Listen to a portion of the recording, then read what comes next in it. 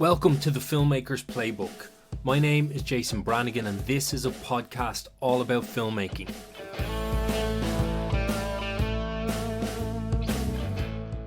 On today's show, I talk to first AD and director Ger Duffy. Ger's credits include Kin, Game of Thrones, Normal People, Witness Number 3, Smother, Blackshore and much more. In our conversation, we talk about the importance of a good first AD, what the role actually involves, and how an AD solves the puzzle of scheduling. We also discuss our love of the industry, the challenges involved in working freelance, the importance of clarity in communication, being transparent, and our experiences of making short films. I hope you enjoyed today's episode. Thank you for listening. Ger Duffy, thanks very much for joining me. How are you? Jason Branagan, thanks very much for having me. It's an honour. Oh man, it is a pleasure and I'm really looking forward to digging into things with you.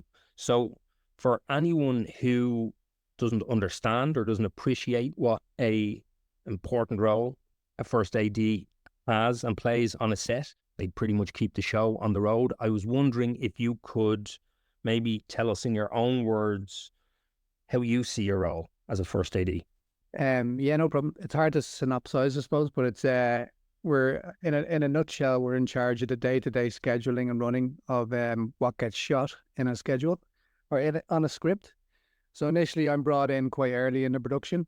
I'm a first assistant director, so I've been an AD for 13 or 14 years now, or something along those lines. So I've worked my way up through the ranks to first, and what I'm originally given is the script, whether it's feature, TV, documentary, music video, short film, whatever, and I break it down and I put it into a time frame. Within that time frame, I come up with what's needed from what's written on paper, go back to the production and we start to dig into what they have budget-wise, if they can afford to do it in X amount of days, and then we kind of go from there. So that's a short synopsis of it, but there's obviously a lot more involved in it. You kind of get to be the glue between all the departments, which is a lot of fun. You just get this big puzzle basically to work out. Okay, so I'd love to go back a little bit further. Then you said obviously you've been ADing 13, 14 years now, worked your way up the ranks. How did you come to ADing? I was originally, so I think I started ADing when I was in my late 20s. I'm kind of early 40s now, so I got into it through another AD and a very close confidant and best pal, Derek Lynn.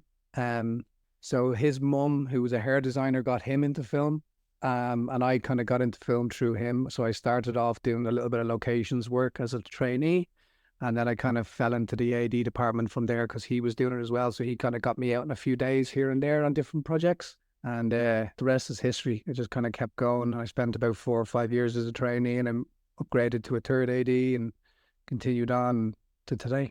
So prior to Dara kind of bringing you into film, had you had a big interest in films or movie making?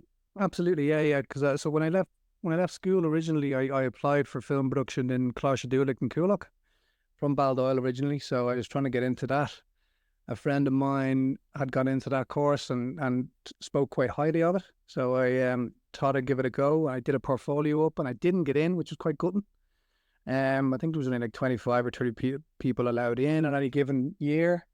And I think they get something like, a couple of 100 or 400, applications. And mine was one of the ones that fell down the wayside. And as a young, impressionable 18, 19, 20-year-old, I kind of took it quite hard and just minced off traveling for a few years to do something else because I didn't really want to do anything else in college originally. So when I came back home, I was in computer game retail and a few other different bits and pieces until, I got back talking and living with Dara at the time, and then he kind of dragged me into it. So I always had an interest in it for sure, yeah.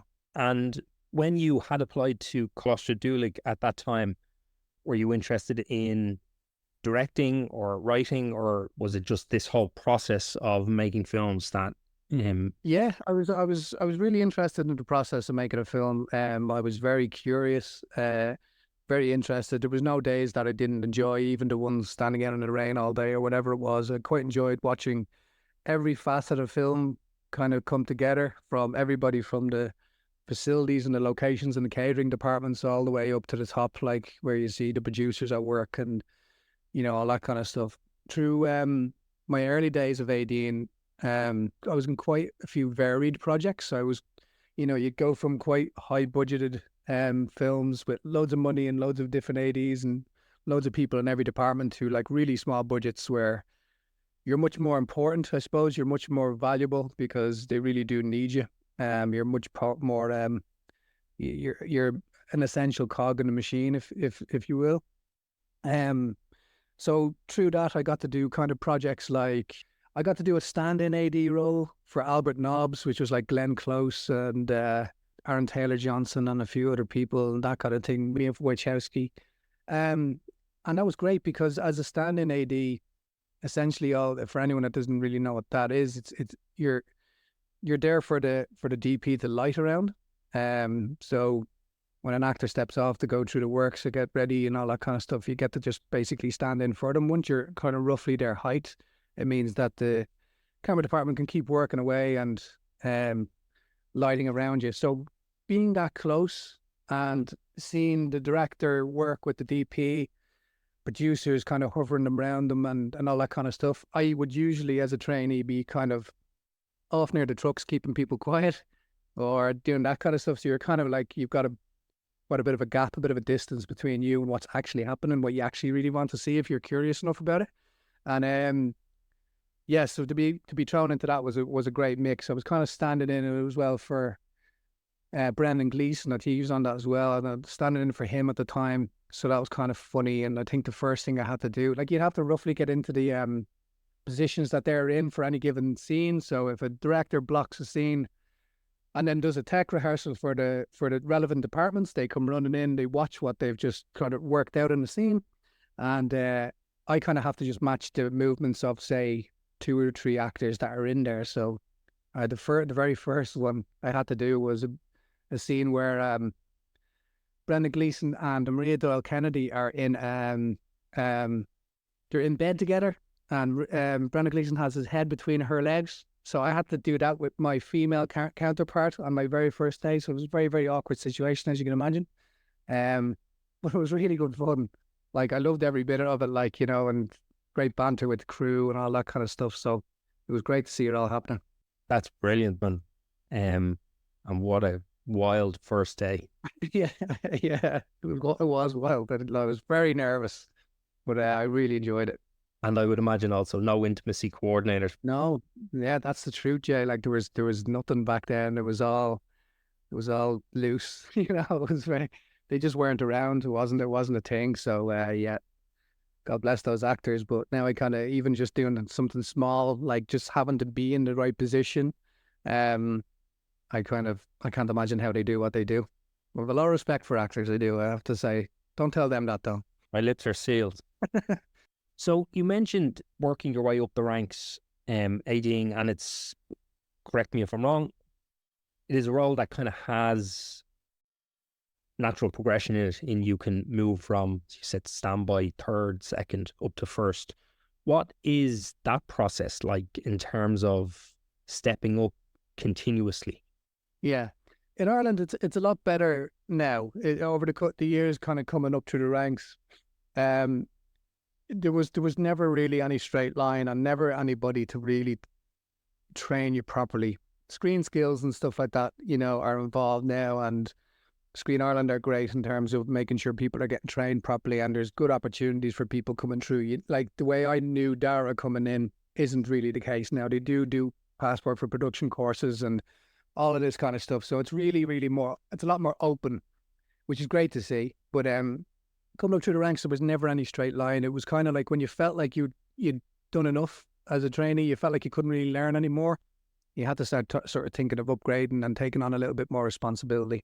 So usually talking to your peers or working with a lot of different first ADs or second ADs or thirds or whatever at the time as a trainee, you usually just ask them, you know, and see if, you know, try and use their guidance to see if, they feel like you're ready to do it, or they'll come along and offer you a job as a third before you even get the chance to think of it. So you're kind of forced into thinking about it then at that stage. So yeah, that's kind of how it happened for me, but it's a bit more structured now. It's a little bit more, you can put a certain amount of time in and you're guided through, Miriam and screen skills will come in and making sure you're getting trained properly and all that kind of stuff. But back in the day, it was kind of, you're thrown in, you learn on your feet, you learn quick, or you're not really going for any further, So which I kind of enjoyed, kind of like back in, like my dad used to work on the docks, or his dad used to work on the docks, like, and there's no training down there. You just get thrown in and you float and you survive, that way, like, or you don't, and you don't do it anymore. Yeah, it must be a big jump up to first, just as you were talking about kind of the broad strokes of the role of a first AD, script breakdown, figuring out time frames, schedules. Feels like a big gap from being a standby or a trainee or a third.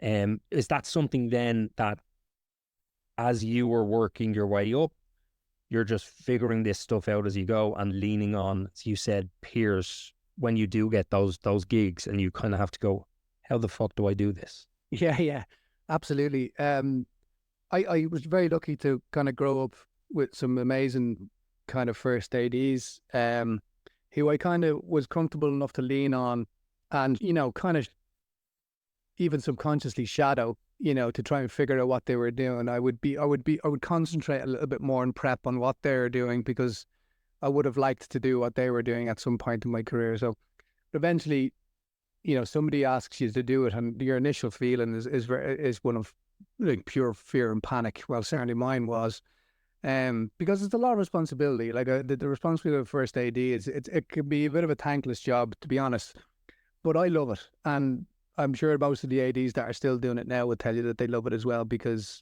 it is a very, very rewarding job. We don't go to the IFTAs and we don't get awards for being the best AD. There's no such thing. We're problem solvers. We're fast-paced problem solvers, and there's the amazing ADs. Like I grew up with. I know you had Megan on the show, Megan Fox, who I'm working with at the moment. She's amazing. I loved her. She came across great on your show. Working with her now, and she just worked with Gail Munnelly, who was trained me growing up, trained Dara growing up as well. We were kind of, so we're all from the school of these kind of older ADs who are very much our mentors and our teachers that we kind of look up to, So stepping up into doing the same job that they do is intimidating, to say the least, especially, whether it doesn't matter about the size of the budget of the job. If something happens to a crew member or a member of the cast or anything like that, you only have to think about various examples of, like the Alec Baldwin example recently with all that kind of stuff on Rust. And even though it was an armourer issue, the first AD was the first one in the firing line, that way, because really they're in charge of the health and safety of everybody on the set on any given shooting day. So when you think about it like that, there's a lot on your shoulders, and you try not to think about it too much. You just have to try and make sure you've covered everything as best as you possibly can. But at the end of the day, it's a high pressure job. A director's got a lot on his or her shoulders. Same with the producers and stuff like that. So, and crew as well. Everyone from the top all the way down to the trainees in any given department. Like the props guys to be run off their feet. Costume trainees are like, they put in about 50,000 steps a day, carrying around like massive amounts of gear, and then all the way through to the camera department trainees and everything else. Everybody's running around like headless chickens, and sometimes they forget that the road that they're working on is an open road, and there's trucks driving along, and they're just carrying gear, and they're walking out in front of all sorts of traffic and stuff like that. So you just have to be there to remind everybody that we're in the real world, and making films is a privilege. We're not saving lives. We're not firefighters or doctors or anything like that. But we should be enjoying ourselves. But with the pressure and the short time frames, I'm sure you understand this, Jay, that shorter and shorter time frames you're being given to try and manage to get something over the line. You do need a strong first AD to make sure everybody's good and happy and safe. 100%, and like a heavy responsibility you carry. Particularly, I was going to touch on it later on, but the fact, the book kind of stops with you from a health and safety perspective on set on any given day. And yes, there are no IFTAs, but we can campaign for one. Yeah. No, nobody will turn up. Like, we can't even talk to each other. Never mind turn up at an award ceremony together. We just want to keep going. Can we talk about script breakdowns then, and what that process looks like for you when you get, let's say, a feature and you've 90 to 100 pages? How do you begin to, I guess, solve that puzzle of all those moving pieces?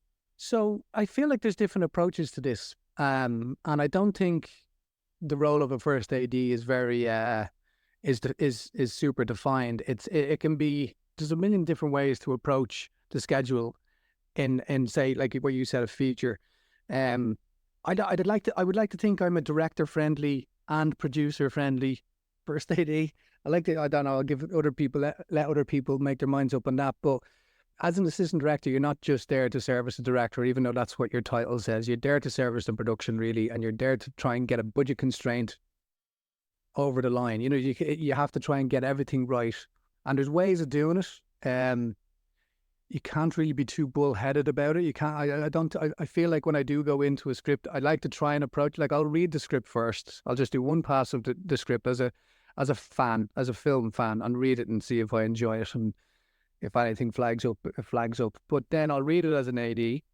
Then I'll do another version where I read it and I make notes. And then there's another version where I'll break it into usually about 3 or 4 parts. And then I just kind of make it into kind of more digestible kind of chunks. And then I'll start to input it into my software and start to put it up onto a screen. I've seen lots of different techniques of how to do this. I've watched... I remember on Game of Thrones, I watched some amazing first ADs. I remember Toby, who was a first AD on season 7 and 8, I think. And he schedules just with paper, and he stands up at his desk and he doesn't put anything onto a screen. He prints everything off and he puts it out on a big, huge table. And so every single scene, there's a strip. And if he breaks that scene into a few different parts, then there's 4 strips. So he just has everything and he puts it all on the table like just this big paper mess. And then he just starts to pin things up on the wall. And he just stands back and looks at it like kind of like an artist, and just looks and sees what works and what doesn't. Whereas the more kind of current ADs, they'll just spend the whole time with their head in the computer and stuff like that. But there's many different techniques that you can use. I'd like to see if I can try and break it. I'll try and keep everything sequential as much as I possibly can from the start, because that's always good for the director's head. That's always great for the actors so that they can start at the start of the film. You're not, doing day one on their last scene. You're doing that kind of type thing where you try to take their arc into consideration, because, as soon as you start giving into certain location restrictions and everything else, the thing is kind of a mess. And at the end of the day, when you're standing in there on set, and the director's trying to figure things out with say 2 or 3 actors, and they're confused as to where they are, then it's, you have to start kind of going, I could have probably, and I have done this a few times myself, where I'm going, geez, I could have probably worked that one out a bit better. I could have thought about that a little bit more and given them a little bit of, I've just gone from this massive kind of scene the day before and then brought them into this other thing, which is, just as big an emotional drainage on them. I could have just given them a day break and given them traveling in a car for the day or something, just to try and think like that first and foremost, I think is very, very helpful, because it does pay off in the end. But yeah, I think you've only made me think about it now, but there's a million different approaches to it. It's not just, the answer isn't just in there somewhere and there's only one. There's, just because you've put everything into one day and you think there's a nice one day in this pub that we're shooting in, there's one day, that just because it's there and it fits, that doesn't necessarily mean that's your job done. You've got one solution, you've just figured out a solution, but there's probably a better one. There's probably a better option. Just because you figured it out once, go over it again, and keep fine tuning until you find the right kind of formula. Because even with the I'm on a TV show at the moment, and that's a little bit of a different beast, as you know.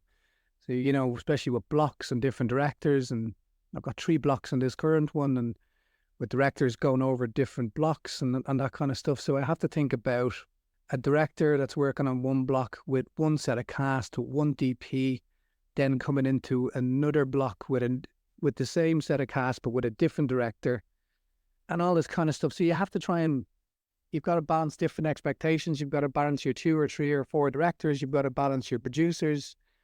So there's there is no straight, this is the way to do it. There's just many branches to that tree, Yeah, I hear you, man. I love the description of Toby, that idea of stepping back and looking at the work like an artist, and the description of it as solving a puzzle as well, I think is also very visual.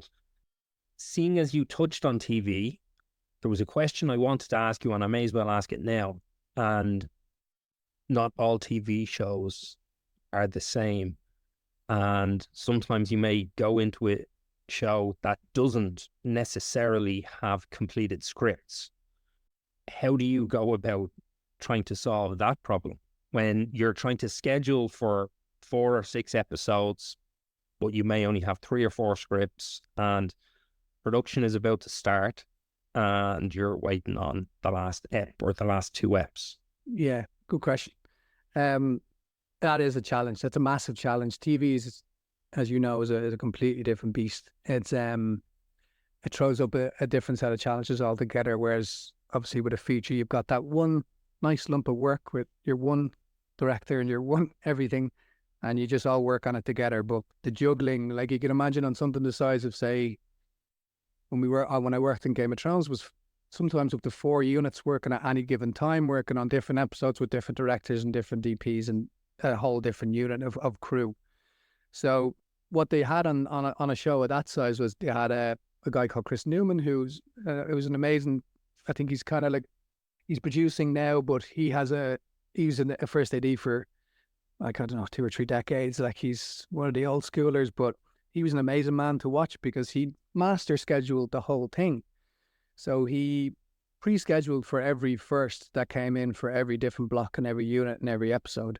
I still can't even wrap my head around how he would have actually been able to do that, because what he was really doing was scheduling 24 hours of work, 7 days a week. Those units just kept going. Like they would go into the night and shoot, and then into the day and keep shooting with a different unit, like Dragon unit, Wolf unit, and White Walker unit, and all sorts of stuff. So it was a constantly moving and crazy machine. And then TV, like, say, I did Kin. I did 2 blocks of Kin. So I did like the last season anyway. I did 2 blocks of Kin with Emmett Scanlon and all the guys. So we did I did blocks 2 and 4. There's 4 blocks overall. And another first AD called Johnny Quinlan did blocks 1 and 3. But I had my own director, and I had for blocks 2, and then a different director for block 4.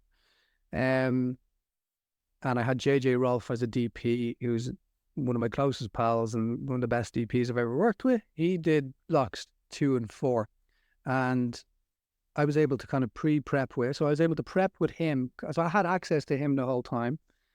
And I had access to my directors. So really, with that little triangle, it's a very important triangle to get right. And I really can't overstate that. I think a lot of the producers that are coming up now, in my own humble opinion, don't put enough thought into the actual dynamic of the triangle of the director, the first AD, and the DOP.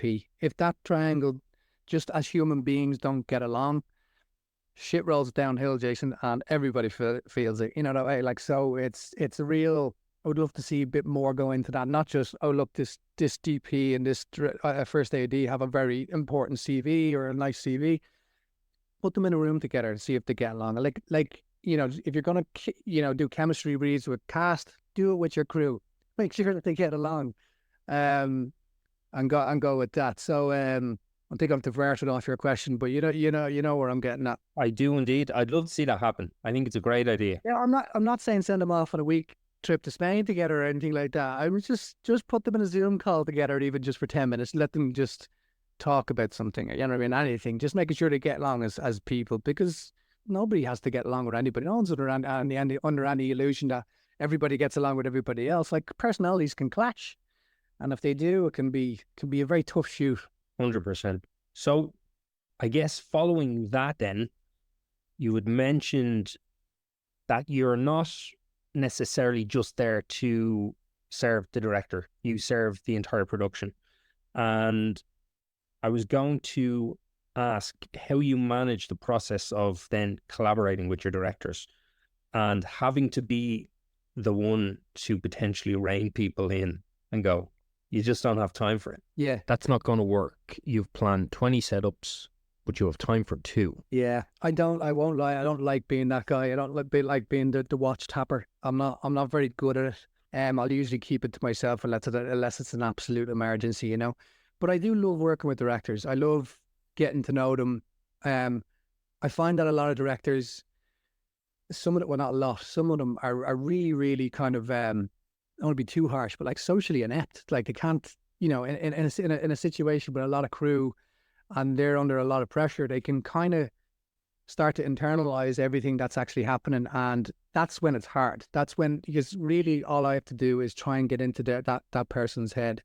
So, which I love doing. Like, I love trying different techniques of trying to figure them out, because sometimes they'll really quickly go off the boil and not want to talk about something, you know, and I could be trying to dig in to a technique that I'm trying to figure out how they do a particular scene, what kind of coverage are you going to do here, how long do you want to stay on it, you know, what are we using here, what gear are we going to be using, like, or anything else, just to try and get a gauge for myself of how long I feel like a scene might go on.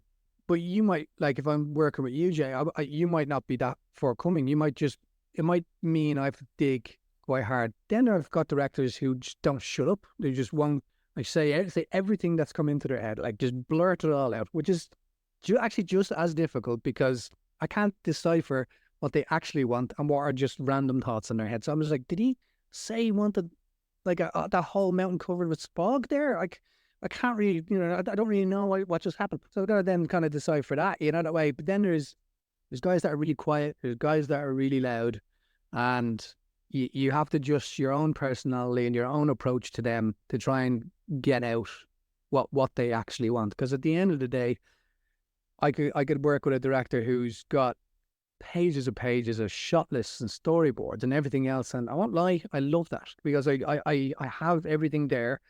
And I've got nothing to hide behind then. I can get a good guesstimation on how long something's going to take. I can get a feeling if something's going to run over. But you can work with directors that are just more, I just figure it out in a day.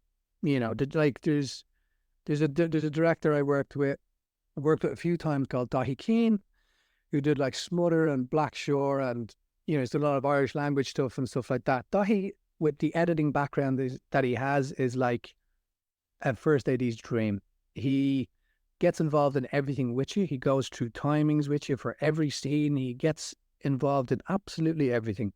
But then you've got kind of more windswept and interesting people like John Carney, who just turns up and shoots, you know, and won't, like, he'll have plans, but you won't necessarily know them. You'll just have to try and figure them out as you go along. So that makes for a little bit more of a stressful scenario, because you can't be comfortable knowing that you're going to make your days. And it's not, and I hate saying make your days as if that's the only thing that we think of. It's not. It's getting good coverage. It's getting what the producers and the director wants at the end of the day. Not just, I completed my call sheet. It's more, you know, service to film. You want to be able to sit there then in a year's time and watch the film and go, oh, we did something good there. It was really, really good. That phrase, make your days, is ultimately so important, though, because it is half the job. Definitely. I mean, we all sign off on it. We all sit there and go, we can stand by this and do it. So you've got to put your money where your mouth is and actually complete these days. Of course you do.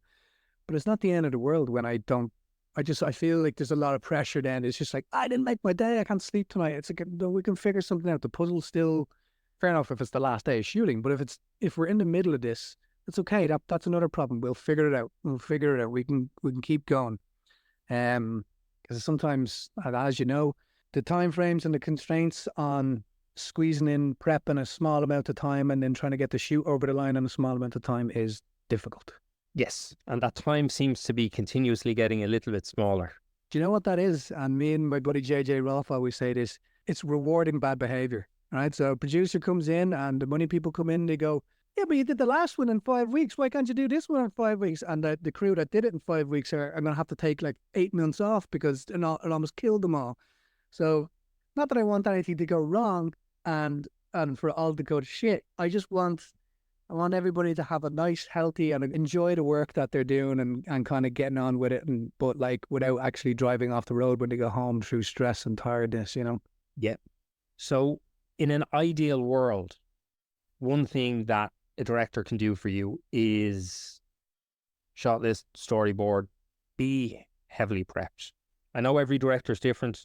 You don't have to commit one way or another, but just to, I guess, interrogate the thing that makes you most effective at your job for like someone else to facilitate you being the best you can be. Is that one of the things that helps? It definitely does. Like, there's no point in pretending it doesn't. If a director comes in and they've got a shit ton of mood boards and storyboards and plans and this, that, and the other, I am over the moon. You know, it's that kind of stuff that helps. But again, just there's no problems when I hear. It's just all a different challenge. You know, there's no such thing. You're given something you have to try and overcome, and we can kind of continue on with it. But yeah, a heavily prepped director is always a joy for a first AD. And I just want to go back and say I also love the way you kind of describe the process of if you do drop a scene somewhere in the middle of a shoot, that it is this continuously moving puzzle. It's not, nothing stops just because of that thing, that there is always solutions. And I think the only way to exist in this industry really is to be a solutions focused person, because you're coming up against obstacles all of the time. Yeah, and I couldn't agree more. I think everyone from the director right down to the security guys that stay there overnight minding the trucks are under pressure. Everybody. Yeah, like, so I think it's beneficial for everybody to know that. It's very rare that I get through a film without some member of the crew crying or being very upset about something that they may feel that they've done wrong or anything like that. I think it's important to create a good environment for people to work in. I think that essentially is down to the grown-ups, the producers, the execs, the director, the first AD, the DP, all those people that are at the top of the chain, say, and that everybody looks for answers off. Their responsibility to make sure that everybody feels that they can. I'm not saying you've got to run around and tell everybody that they're doing a great job and pat them on the head. It's more just everybody's under pressure, and snapping or doing anything like that isn't going to, you know, I don't do it really, and I don't think it solves anything. It's just there's another problem we're faced with, and we can deal with it if we just all put our arms around each other and have a look at it and just take a breath. We can get on and deal with this. You are a director as well as a first AD, so I am going to guess that probably helps you in your role as an AD as well, in terms of being able to see the coverage and see the cuts when you are up against it time-wise. Would you have conversations with your directors then about possible ways of maybe simplifying the coverage or shots that could be dropped? Do you get into that kind of space? Yeah, it's a good question, and it's a sensitive one, I won't lie. So yes, essentially what I am is a 14-year shadow director, and I'm able to. I've worked with amazing directors, not so amazing, and amazing directors, and the ones that I'm standing there thinking not so amazing, I kind of go, I can do this better than you can. So yeah, I scratch that itch every now and then and try and make something, but like I do think if I have a little bit of input, there's a way of doing it. If you don't know your director and you just blurt out how to shoot a scene, he or she may be like, what? You know, maybe just leave that to me, bud.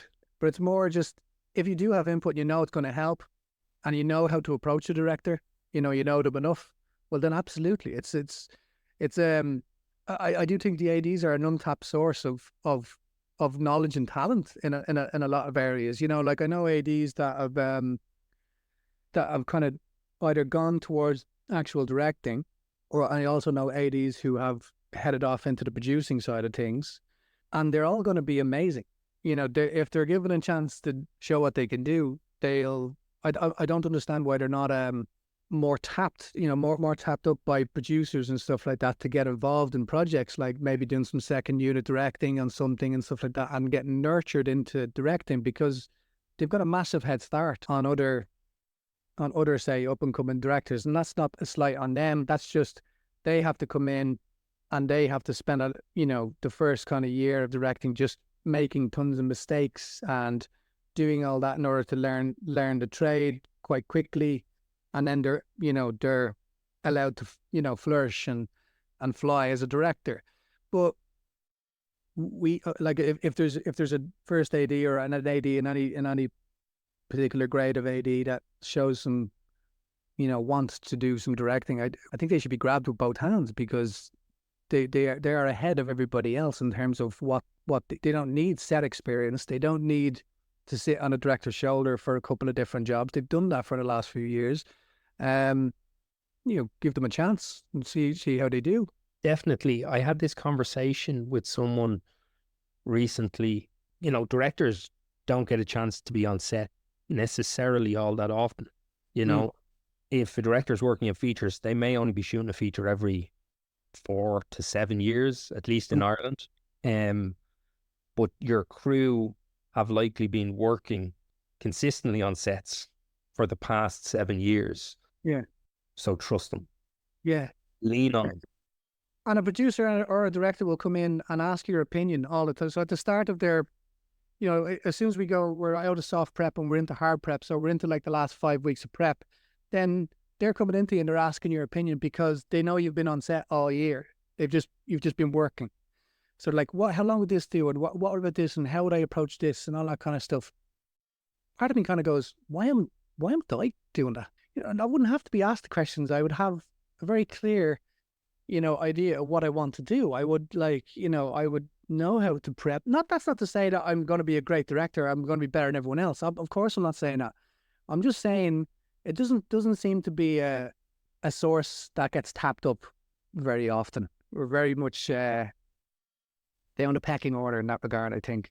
But there's directors that have, like, first ADs that have gone across to direct, like Johnny Shaw, Mike Hayes, and Charlie Endy, and Dara Glynn even. There's a handful that are directing, and they've done a couple of shorts. And the shorts they've done, and I run a short film screening every few months in Dublin. I get a lot of shorts. I've seen a lot of shorts. And they're amazing. Their shorts are absolutely amazing. Really, really good. And the ones that are off to produce now, there's like Neil Gearan, who's the second AD, who's starting to divert, and Lisa Kelly, and all these people who used to be second ADs who are starting to produce now, and they're going to be amazing. They're going to be the kind of people that we want to work for, So, and that you'll want to work for, because they will really understand what you need and help you in every facet of filmmaking, and they will support you and believe in you. You paint a bright future, which is brilliant.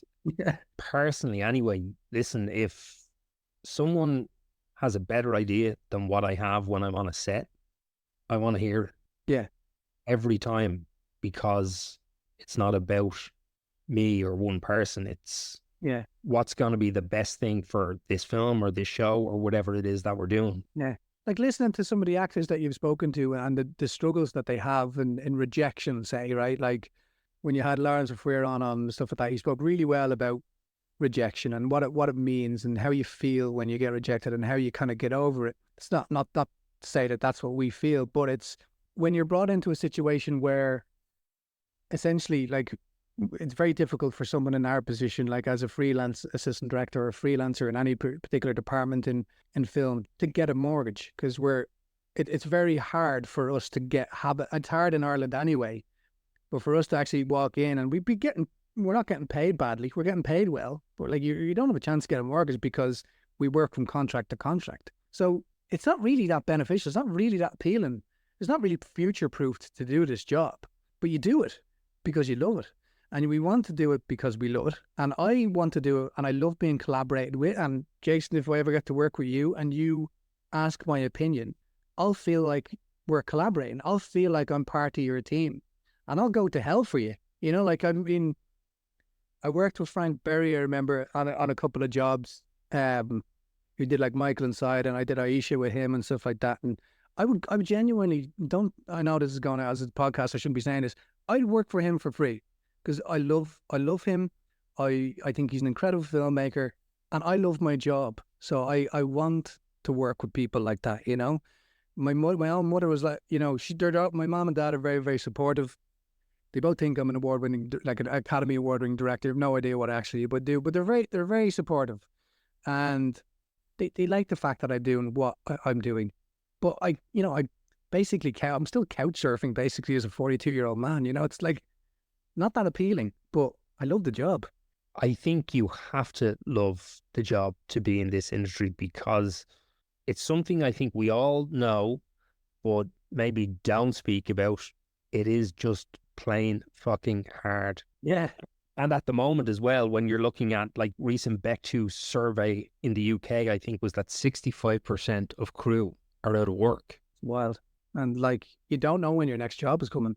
Yeah. You start to blame yourself then. You start to think, was my last job, was I bad? You know, why am I getting that phone call, you know? So there's plenty of, not that we need to concentrate on the negatives, but it's that whole thing where you're like, well, it's not that glamorous, guys. It's not as glamorous as you think it is, you know, that kind of thing. Our job is tough. It is tough, and it can be condensed tough. But if you've got a very busy year, well, then it's a year of being, you know, very, very tough. And again, just even harping back to working on Game of Thrones, we were working crazy hour days and that kind of thing. And then I was driving home every weekend to see my daughter and all that kind of stuff, you know. So, and a couple of times, and I won't lie, I nearly drove off that road, you know, and you're working, doing the 55 nights in a row on season 8 of Game of Thrones, and coming back home and nearly driving off the road and having to pull in and sleep on the side. You know, that's not a life anybody wants to be living, but we love to do it. Gluttons for punishment. Gluttons, absolute gluttons. So what is the biggest mistake that you see directors making when you work with? And I'm a director, and I'm asking the question as a director, because what I always want to do is get better and figure out what I can do better. So that's where the question comes from. Solid question. Assurance in your ideas, I suppose. I think that's like everybody's really looking to you for answers, and that's everybody.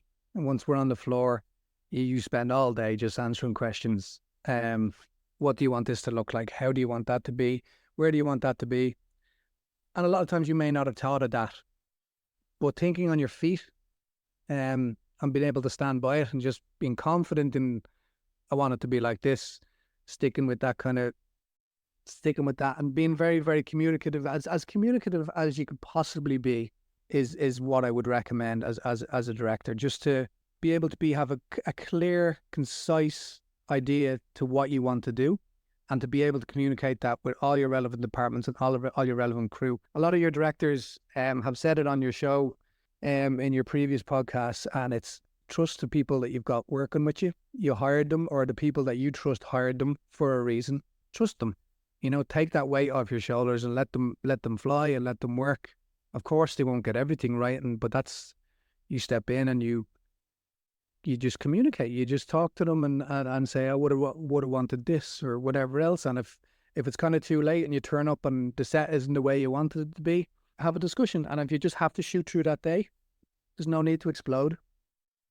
Talk to the guys at the end of a shooting day, and how can we improve this for tomorrow? And just keep them as part of your team, rather than making them feel like they're trying to destroy your vision or anything like that. Because there's nothing worse. Like, everybody's trying to pull in the same direction, so they may make a mistake or they may not get something right. But, you know, talk to them.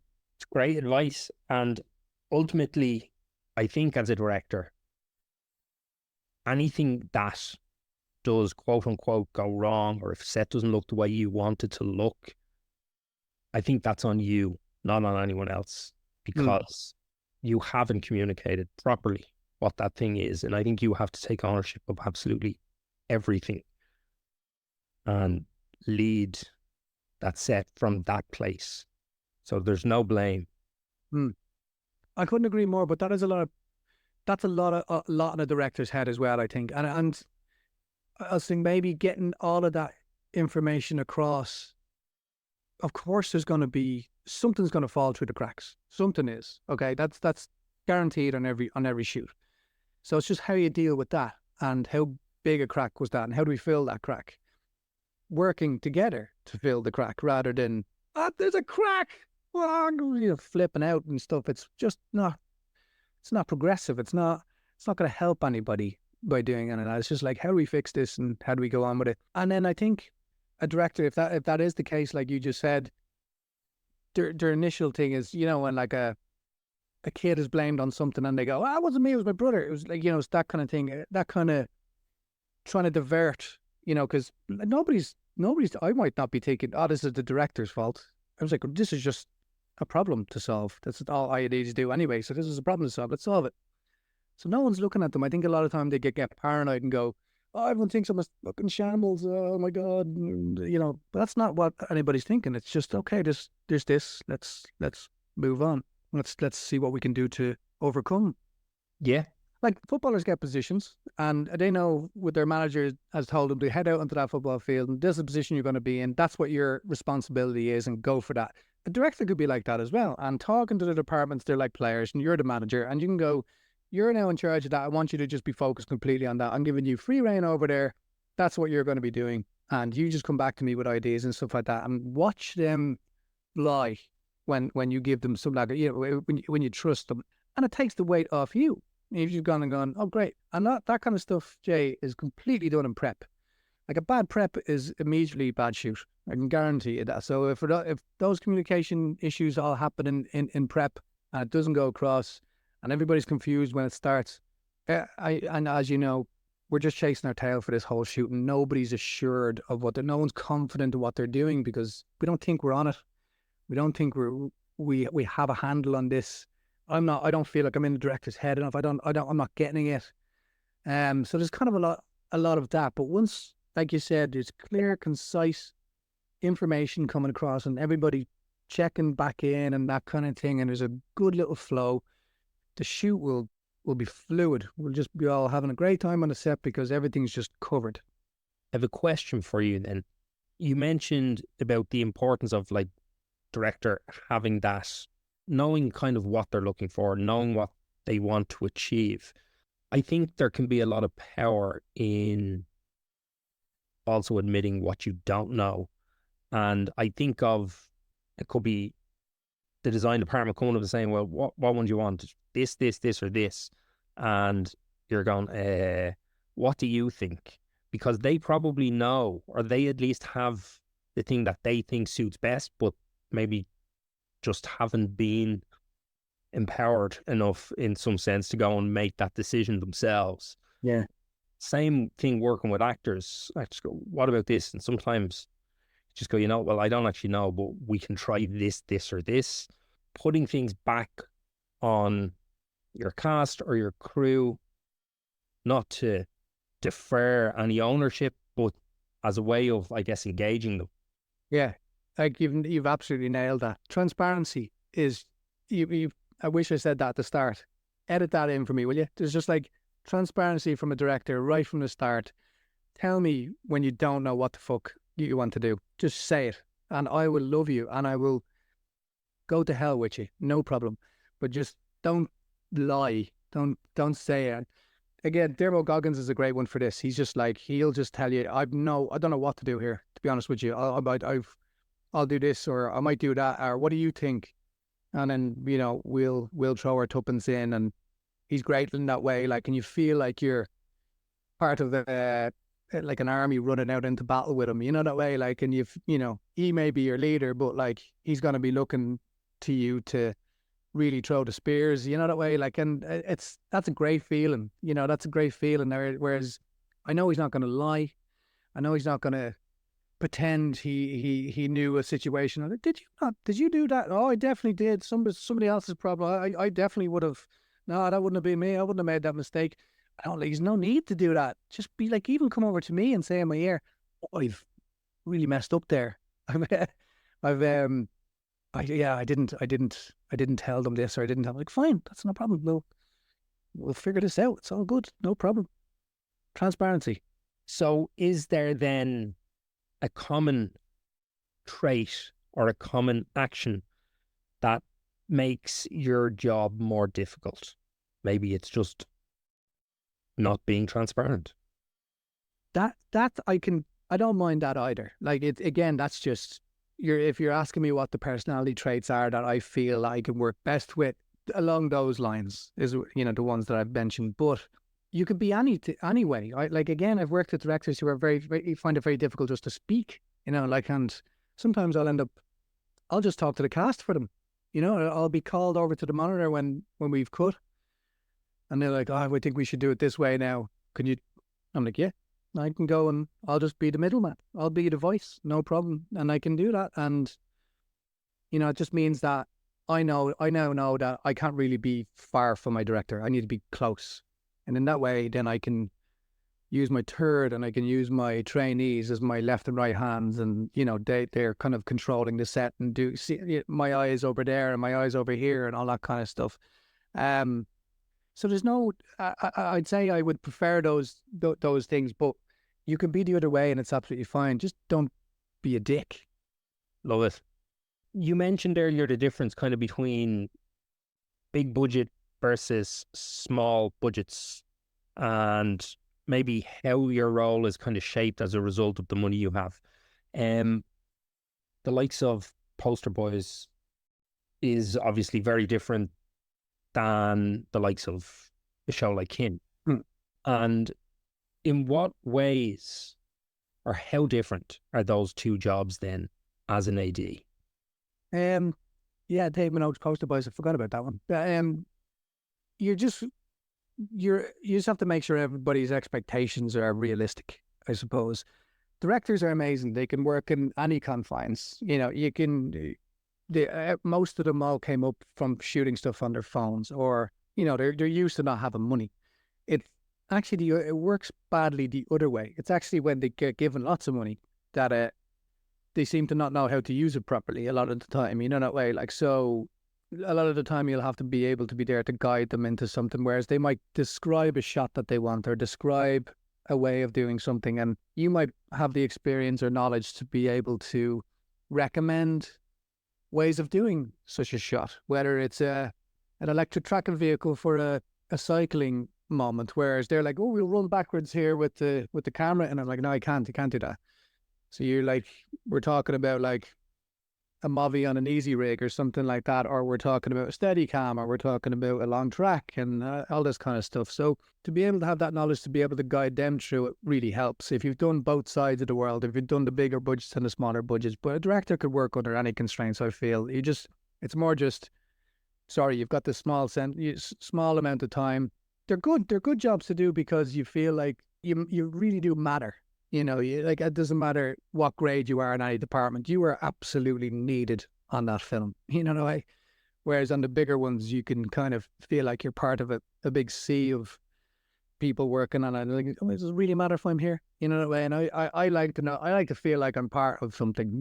So it's nice to get involved in the small ones, and I still do lots of shorts, and I love doing them because I feel like, I'm really helping. I can really get, especially especially if it's a younger director, like an up and coming director or whatever, and they're just shitting themselves. Like, they're just really nervous about what they can or can't do.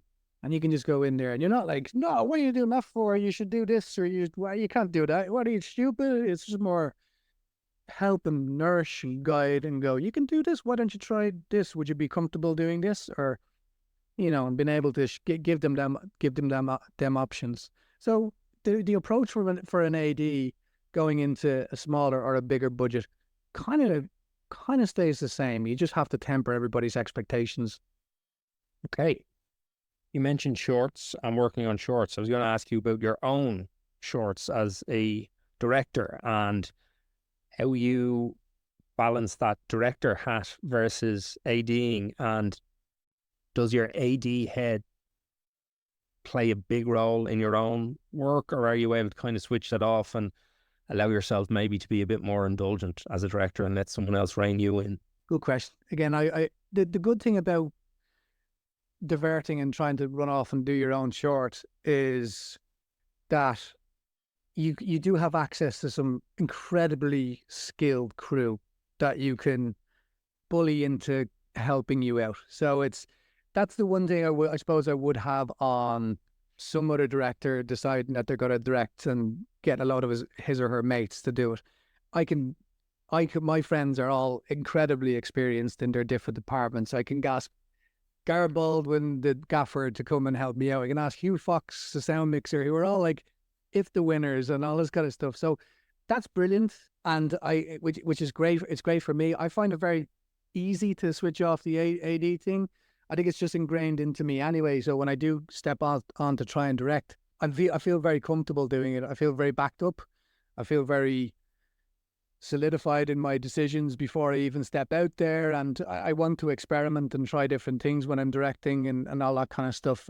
Following the likes of your footsteps, Goggins and Frank and Lenny Abrams, and I've worked with all these people, and I love them all dearly, and I've learned something from all of them. I feel, that way. Like, so I feel like I've no qualms in saying I've robbed some of their ideas. I take full influence off what they do. I've taken some of their approaches and made them my own, like anybody else would, in who's been influenced by another director or another creative in a different department. So yeah, I find it easy enough. Not easy to direct, but easy to make the transition between ADing and directing. I feel it's a natural progression for me. And earlier on, you also mentioned about being able to kind of step up into directing second unit, and you shot second unit for Dermot on Black Cab, which is now called The Night Caller, which should be out later this year. What was the process like for you there, directing to another director's brief? It was amazing. Like, I know, and I love Dermot anyway, so it was, I just felt he just felt full trust. He gave me full trust. He gave me maybe a handful of, we spoke about a couple of different references. He told me about, he wanted me to shoot the opening. So myself and Keith Pendred did it, DP Keith, who did my last short as well. We got sent over to Liverpool. It's all set in Liverpool with a taxi driver driving around Liverpool, but all shot in Dublin. So I was in charge of shooting all the Liverpool side. So anything outside of the windows of the car and getting all the kind of Liverpool stuff in. And I absolutely loved it. Dermot and Alex Jones, the producer, just showed nothing but trust. I wasn't really that nervous. I thought I'd be a little bit more nervous, but like, it was just me and Keith and a driver and Liverpool, and I was able to go around and try and add flavour to his show. I suppose I felt the pressure and responsibility just for him, my friend. But in sitting in the chair, I feel quite more comfortable than I thought I would be. That was really, really fun experience. Because the funny thing is that like say just to jump back to shooting shorts. I know you've done probably a few yourself, but it can be incredibly thankless. Like, I've put so much of my own money, and pretty much everything I earned from one season of Game of Thrones went into Void, which had Lawrence Fafrir on in it, and that didn't get into anything. It didn't get into Zero Festival. Like, what, I got into Galway, I think one other festival, and I must have spent, I'd say, about €2,500 on rejections alone from festivals. I don't think there's any other art form that has that. Like, if you paint a picture and you go into a gallery and you want to hang it up, they don't go, gives a look at it there for a second. Hang on, before I look at this, I need €50. So there you go. You go, all right, here's €50. And they look at it and they go, nah, not for us. And then they just don't give you the €50 back. So you pay for the privilege of being rejected from these festivals, and it could be really, you put your heart and soul into said short, and it could be so disorientating and stuff like that. So I remember that hit me quite bad doing Void, and I was just like, I don't know if I'm gonna be able to take that rejection again, And then I made another one, which was an experimental one with Chris Wally and Aisling Franciosi, called Havana, and that was with JJ Rolfe shooting that. And that was a stressful kind of shoot, but again, it's just, if you're doing it for the wrong reasons, I really did want Void to be seen. I wanted it to be I really believed in it. You know what I mean? And it's kind of part of a feature that I'm trying to develop with my cousin at the moment anyway. So it feels like a step towards that. But I had my head in the wrong place. I had a feeling that this was going to be my step into directing, you know, that way. Like, so I felt pretty good at that it didn't get seen by many people. I think that's why I ended up just making my own festival and doing it there. But yeah, the going back to the second unit directing, I would love to do more of that. I've seen a couple of different ADs, Charlie Andy, who does a lot of the Marvel stuff and like Jurassic World and stuff like that, has been given the task of directing a couple of different second unit stuff, and he's excelling and he's doing amazing work. And it's such a normal, it's you can really trust him or one of us to do that because we have this knowledge to be able to carry it. So to be given the trust is we'll grab it with both hands if that's something that we're interested in, you know. Just to touch on your story of Void and festivals and the, dare I say, racket, that it can feel like when you are stuck in it. One, thank you for sharing that story. I think it is an important story because we also exist, I think, in an industry where most people won't wake up tomorrow morning and think to themselves, you know what I might do today? I'm going to become a doctor, and assume they can just walk into a hospital that day and begin treating people. But a lot of people may wake up and go, you know what? I think I'm gonna be a director today.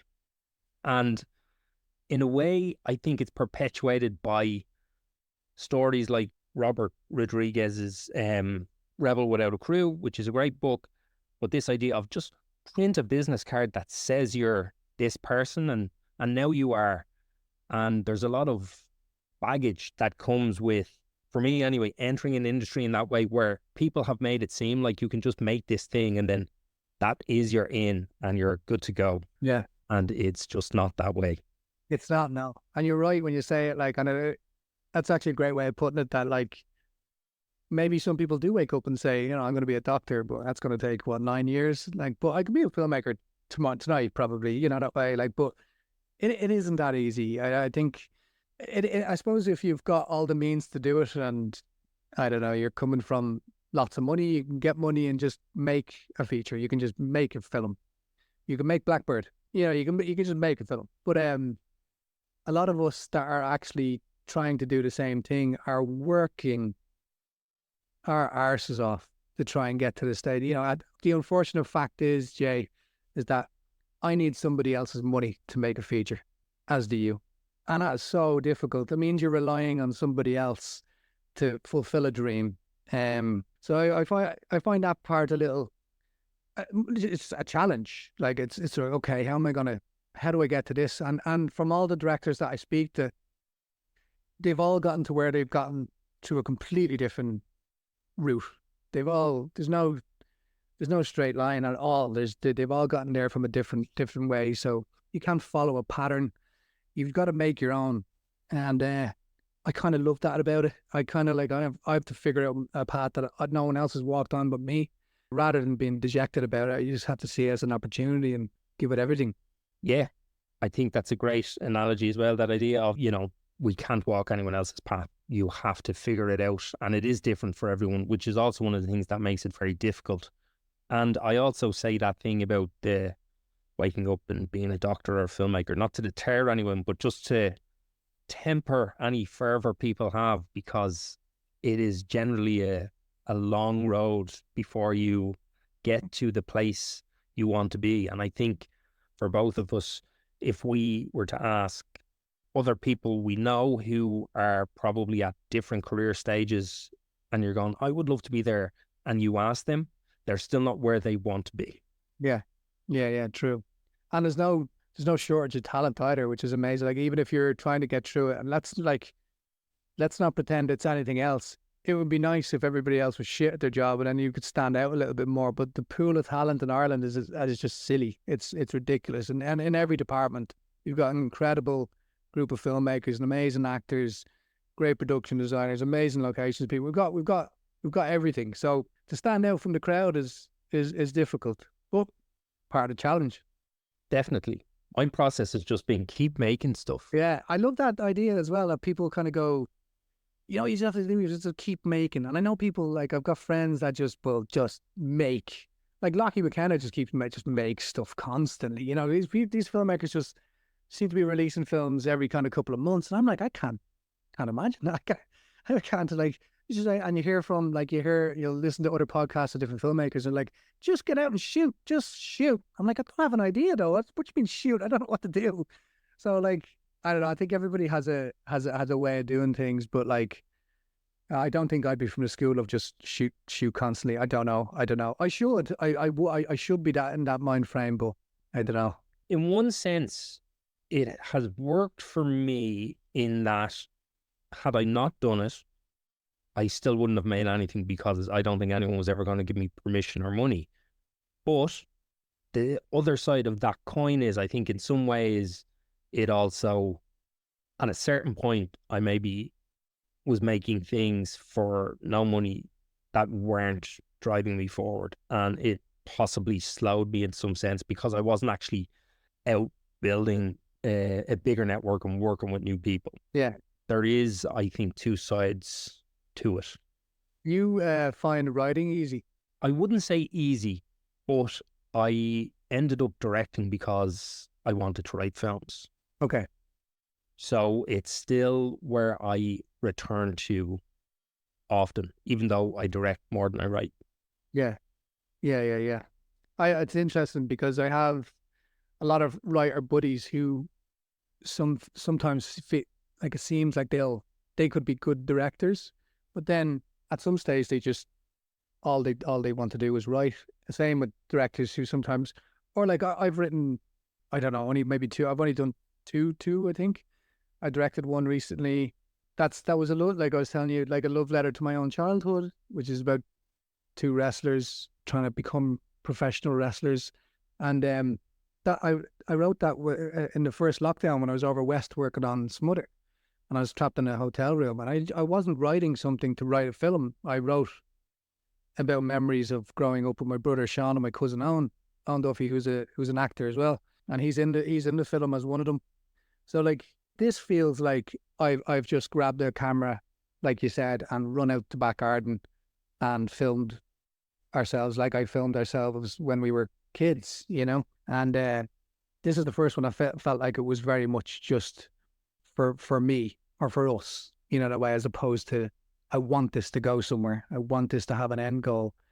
I don't really care where this goes. We feel like we've just made something for us, That feels, that's the first time I've done that, and it feels much better than the other way, I feel, which is, I suppose, part of the process of developing into whatever director you're going to be.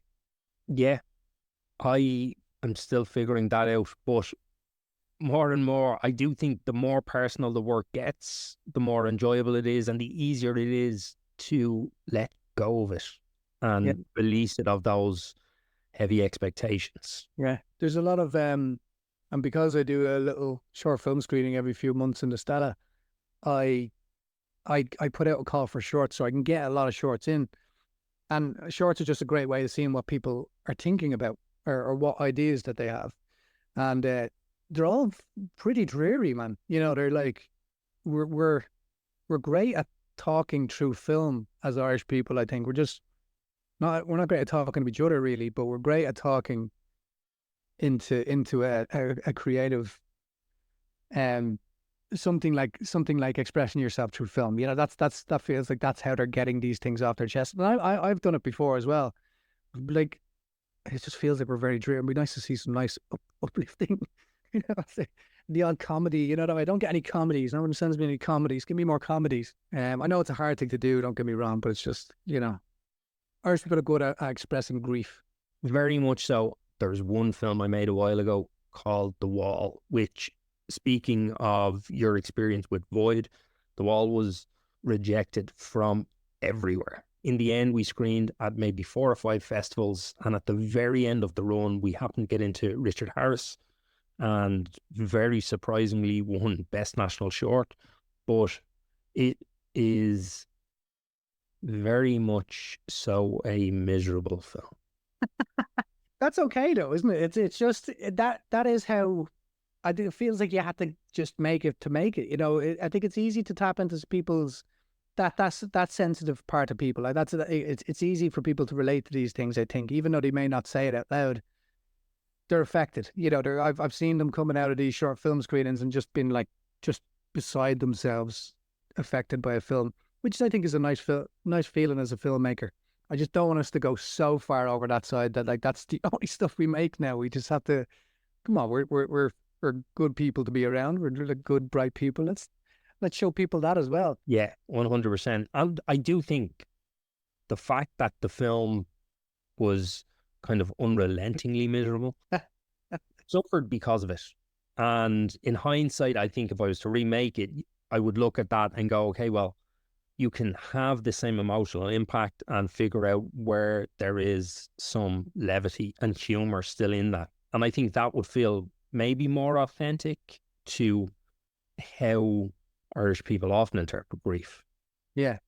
And these short films are people finding their feet though as well, aren't they? Like, and I think if that's where your head goes first, then go with it. Like, and you know, fuck it up and make loads of mistakes and, you know, learn from it and start to find your signature, you know, within your films.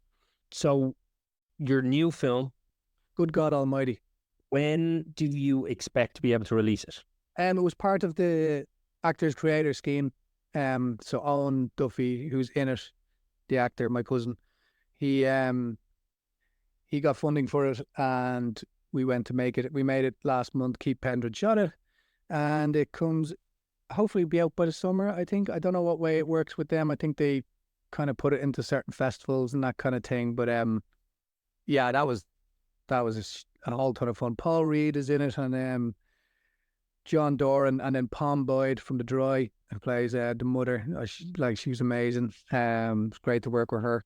So yeah, man, I had a great time doing that. Like, and I wish I could just spend a whole year making something like that. Great cast, cool cast, man. They were there. Yeah, that's another great thing from AD, and you get to work with everybody.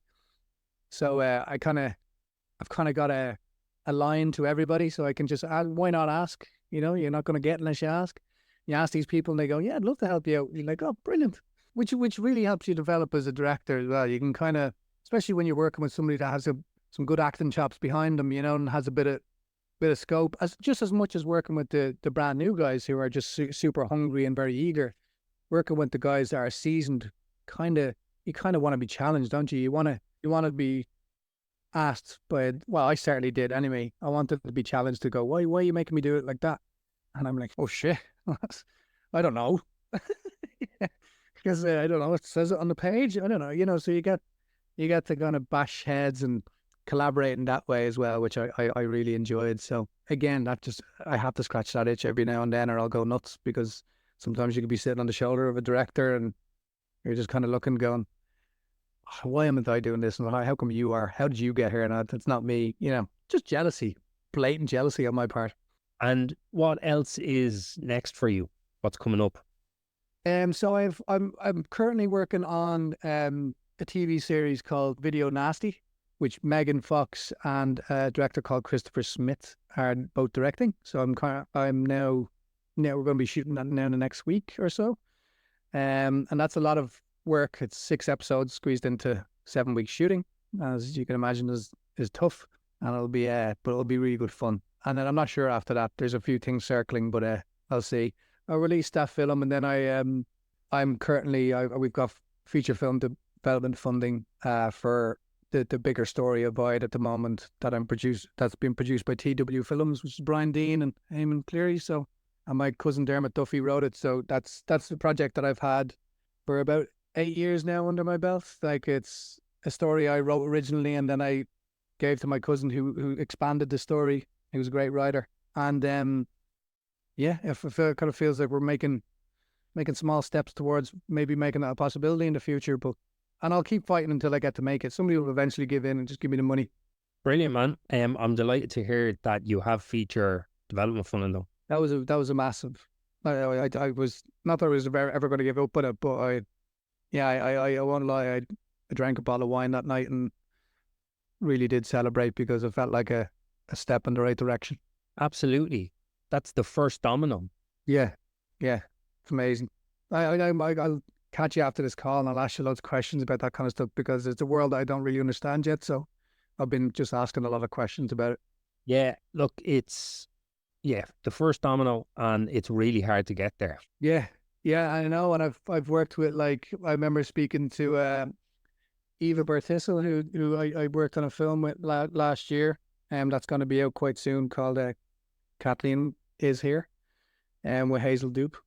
And her process of actually going from development funding all the way through up to actually getting production funding and shooting it, which she said was a bit of a slog, you know. So I'm not expecting flowers and roses on a straightforward journey, but I'm excited for it anyway. Like, no matter where it goes, I'm sure I'll learn a lot as I go along, and yeah, just feeling very, very lucky. Good, man. And you just got to keep pushing that boulder up the hill. I will. It might run over me, but I'll keep pushing. Ger, thank you very much for chatting to me. I loved that conversation. Jason, you're a beautiful man. Thank you very much for having me. And that's a wrap on Ger Duffy. Thank you for listening to the Filmmaker's Playbook. If you're enjoying the show, please share it with a friend or follow and rate us on Apple, Spotify, or wherever you get your podcasts. As always, if you have feedback, questions, or topics you'd like me to cover on the show, please put them in the comments section on our Instagram page at the Filmmaker's Playbook Podcast. You can follow me on Instagram at Jason Branagan Director, and you can find Ger on Instagram at Ger Duffy 13. Links and social media handles are in the show notes. Join me next week when I talk to director Jermaine Julian. Until next time.